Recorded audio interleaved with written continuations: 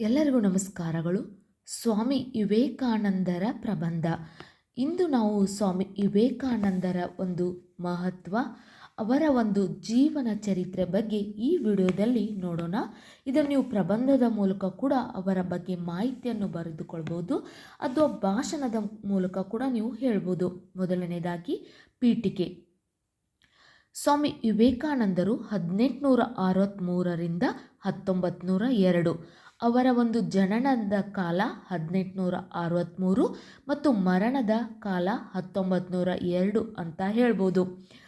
ಯುವ ಪೀಳಿಗೆಗೆ ಅದಮ್ಯ ಚೇತನ ನೀಡಿ ಇಡೀ ರಾಷ್ಟ್ರವನ್ನೇ ಹೊಸ ದಿಶೆಯತ್ತ ಕೊಂಡೊಯ್ದರು.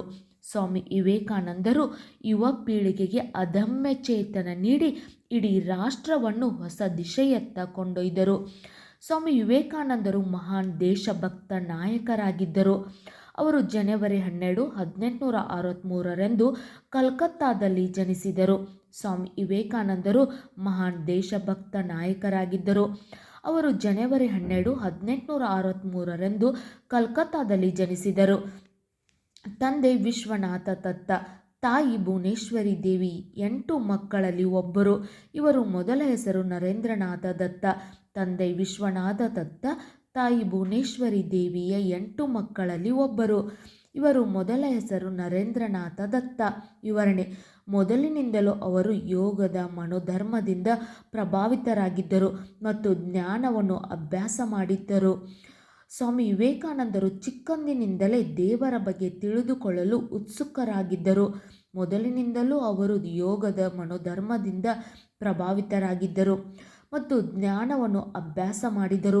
ಸ್ವಾಮಿ ವಿವೇಕಾನಂದರು ಚಿಕ್ಕಂದಿನಿಂದಲೂ ದೇವರ ಬಗ್ಗೆ ತಿಳಿದುಕೊಳ್ಳಲು ಉತ್ಸುಕರಾಗಿದ್ದರು.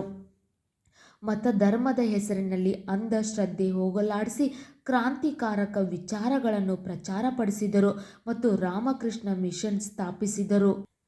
ಸನ್ಯಾಸ ಜೀವನಕ್ಕೆ ಸಮಾಜ ಸೇವೆಯೇ ಹೊಸ ಆಯಾಮವನ್ನು ನೀಡಿದರು.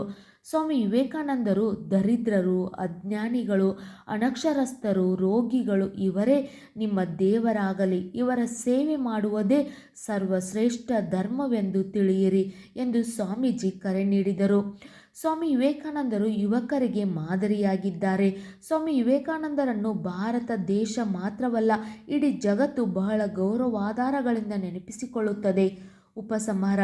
ಸ್ವಾಮಿ ವಿವೇಕಾನಂದರು ಅವರು 40 ವರ್ಷಗಳವರೆಗೆ ಬದುಕುವುದಿಲ್ಲ ಎಂದು ಭವಿಷ್ಯ ನುಡಿದಿದ್ದರು.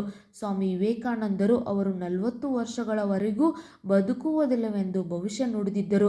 ಜುಲೈ 4, 1902ರಂದು ಅವರು ಬೇಲೂರು ಮಠದಲ್ಲಿ ಸುಮಾರು 9 ಗಂಟೆಗೆ ಜ್ಞಾನದ ಸಮಯದಲ್ಲಿ ನಿಧನರಾದರು.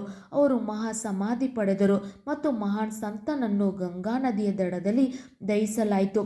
ಸ್ವಾಮಿ ವಿವೇಕಾನಂದರು ಆಧ್ಯಾತ್ಮಿಕ ಮನಸ್ಸಿಗಿಂತ ಹೆಚ್ಚು ಅವರು ಸಮೃದ್ಧಿ ಚಿಂತಕ, ಶ್ರೇಷ್ಠ ವಾಗ್ಮಿ ಮತ್ತು ಭಾವೋದ್ರಿಕ್ತ ದೇಶಭಕ್ತರಾಗಿದ್ದರು. ಸ್ವಾಮಿ ವಿವೇಕಾನಂದರು ಆಧ್ಯಾತ್ಮಿಕ ಮನಸ್ಸಿಗಿಂತ ಹೆಚ್ಚು ಅವರು ಸಮೃದ್ಧಿ ಚಿಂತಕ, ಶ್ರೇಷ್ಠ ವಾಗ್ಮಿ ಮತ್ತು ಭಾವೋದ್ರಿಕ್ತ ದೇಶಭಕ್ತರಾಗಿದ್ದರು. ನಿಮಗೂ ಕೂಡ ಸ್ವಾಮಿ ವಿವೇಕಾನಂದರ ಒಂದು ಚಿಕ್ಕ ಪ್ರಬಂಧ, ಅವರ ಜೀವನ ಚರಿತ್ರೆ ಒಂದು ವಿಡಿಯೋ ಇಷ್ಟ ಆಗಿದ್ದಲ್ಲಿ ವಿಡಿಯೋಕ್ಕೆ ಲೈಕ್ ಮಾಡಿ, ಶೇರ್ ಮಾಡಿ, ಸಬ್ಸ್ಕ್ರೈಬ್ ಮಾಡಿ, ಸಪೋರ್ಟ್ ಮಾಡಿ. Thank you.